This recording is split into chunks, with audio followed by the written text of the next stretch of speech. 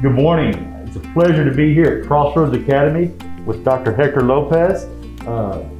He's excited for school to start, kids to get here, and has a tremendous setup for our students when they do arrive here at Crossroads Academy. But Dr. Lopez, I'm going to let you kind of walk us through it. Thank you, Dr. Harrell. I appreciate the opportunity. I want to welcome everyone back and want to take this moment to let our students, let our parents, our community kind of see the layout here at Crossroads, how we'll be working the in face-to-face instruction, our plans to work face-to-face instruction, and our virtual online instruction.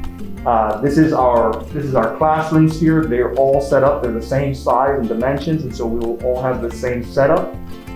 You'll see here some of the separation between each table station, at least 6 feet distance between each students here in the classroom. Enough chairs to accommodate each of our core area of students, and so I believe we'll be comfortable there. At the same time, you see in the background our digital monitor here, where our online students will be simultaneously receiving instruction from their teachers who will be teaching live from this classroom. And so the way we're envisioning it, the way we're working with our teacher team is teachers going to be working with student A and B here, talking to them, and then just like they would work from table to table on any given day, that monitor would be basically a table station for them as well. They go in, check in, hey, can I help you with this lesson, this object, what questions do you have, how can we work together? And that will be happening throughout the day. Also, at the front of our rooms, we have the hand sanitizing area, and that's going to be an expectation each day, is that our students come in the door, they sanitize. When they leave the door, they're sanitizing. We'll also have wipes available here in each station. Also, you see, working through these masks, so we're kind of talking about it as we got started here, smiling through these masks. It's difficult to see, but that will be the expectation. Our teacher team, our students who will be face-to-face will be wearing their masks throughout the instruction. You mentioned the hand sanitizing station, but throughout the day, in all of our campuses, actually, you'll have personnel come through, clean, and at the end of the day, there'll be a minister that will come through and sanitize each classroom as well, correct? Absolutely, yes. Our janitor, our custodial team has a Ghostbuster-like sanitizer machine which mists the entire room. It does a great job of disinfecting all of our areas and just that extra level of safety at all times. So we'll have wipes throughout the day. Our teachers have the option to come in and wipe things down. Students have the option to wipe some things down. I'll be coming through, and our custodial team will be coming through to wipe things down throughout the day. And then at the end of the day, prescribed periods they'll be using those mister machines to give it even an extra, more heavy-duty sanitation. Excellent. What about eating? That's kind of my favorite period of the day. What are we going to do about that? So here at Crossroads, we do have breakfast in the classroom, and we'll have options for lunch in the classroom as well. So we're kind of looking at both. We're a little different than the other campuses, where the other campuses may have hundreds of students. We're tend to be between 50 and 75 students, and so we can accommodate that in a safer environment, or in a more distanced environment a little more easy. So we don't need the large cafeteria space, but we will have that available as well.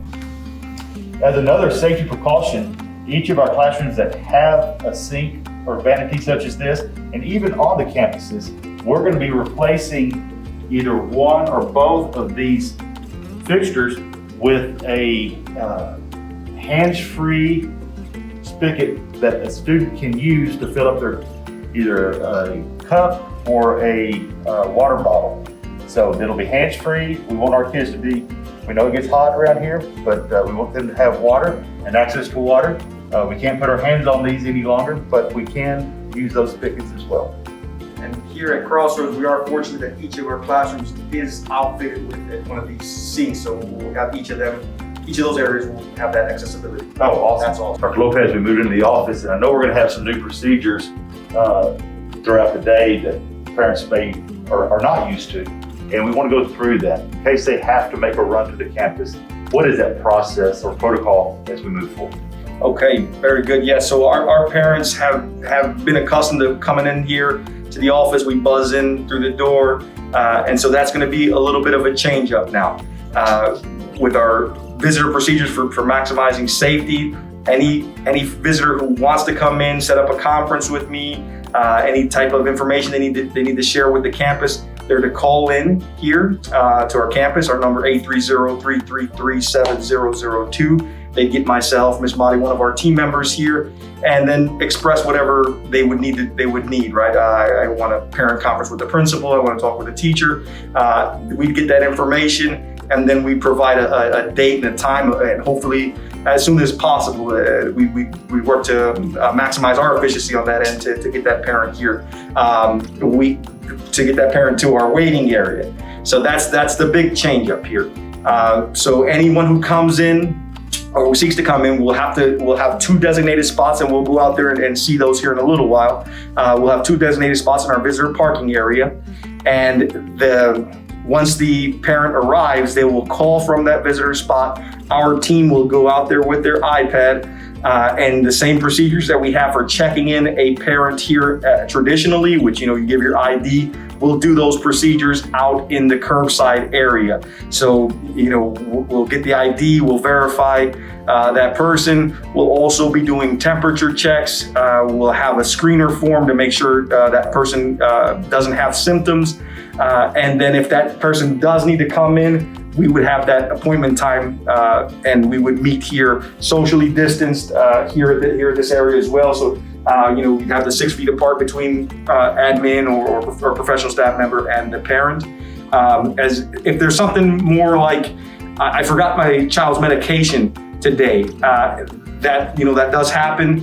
And so same thing, same procedures, you call up, and then we would follow those same procedures as far as one of our staff members going out to meet you in that curbside waiting area, documenting your arrival, doing the temp check, and then grabbing the medication that is only for emergency usage, things like medication, and then we bring that in and make sure we supply that for our students. Okay. Great process. Dr. Lopez, as we were talking inside, that if family or parent must come and drop something off in case of emergency, we talked about an outside curbside location. Is this the location we'll be talking about? Yes, absolutely. So these 2 parking spots here will receive a coat of maroon paint to be identifiable. We'll have some signage installed here on the fence to designate this being the curbside area, the waiting area. And then this would be where our team would come out with their iPads and do those check-in procedures and follow all those protocols we talked about earlier. So I think this is a really strong area. It's the same drop-off area we used all of last year, same visitor parking area that we used all of last year. And so we're expecting this to work pretty well, and we're looking forward to working with y'all again. I think everyone here in the district would, wishes and hopes we could go back, but this is our reality, and so we're gonna make the best of it, and we're gonna follow all safety protocols, and the same kind of customer service and smiles, even though you can't see them here under these masks. They're gonna be going on, and we're gonna be eager to greet you each day. Dr. Lopez, as our students arrive each and every day, what's that procedure gonna be when they do arrive at your campus? Okay, so our arrival procedures will be the same process. We will ask that all of our students upon arrival do maintain social distancing norms, already as they're going to be in a public space, that they have their masks on, but they'll come into our primary entrance. So from the visitor parking area, they'll walk in through there, whether they're a bus drop-off, parent drop-off, or we do have some walkers, the students that come in that live close here. They come on down that door. We do have the buzz and entrance. In the morning, we'll tend to be someone staffed there greeting them with doors open. Then we lock our doors, and those students will be buzzed in later on, late arrivals. Okay, good.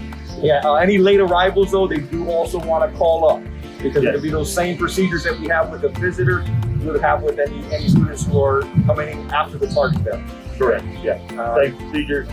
They're late. If they're coming in at 9:15, whatever, they're going to need to call the office another time. That's correct.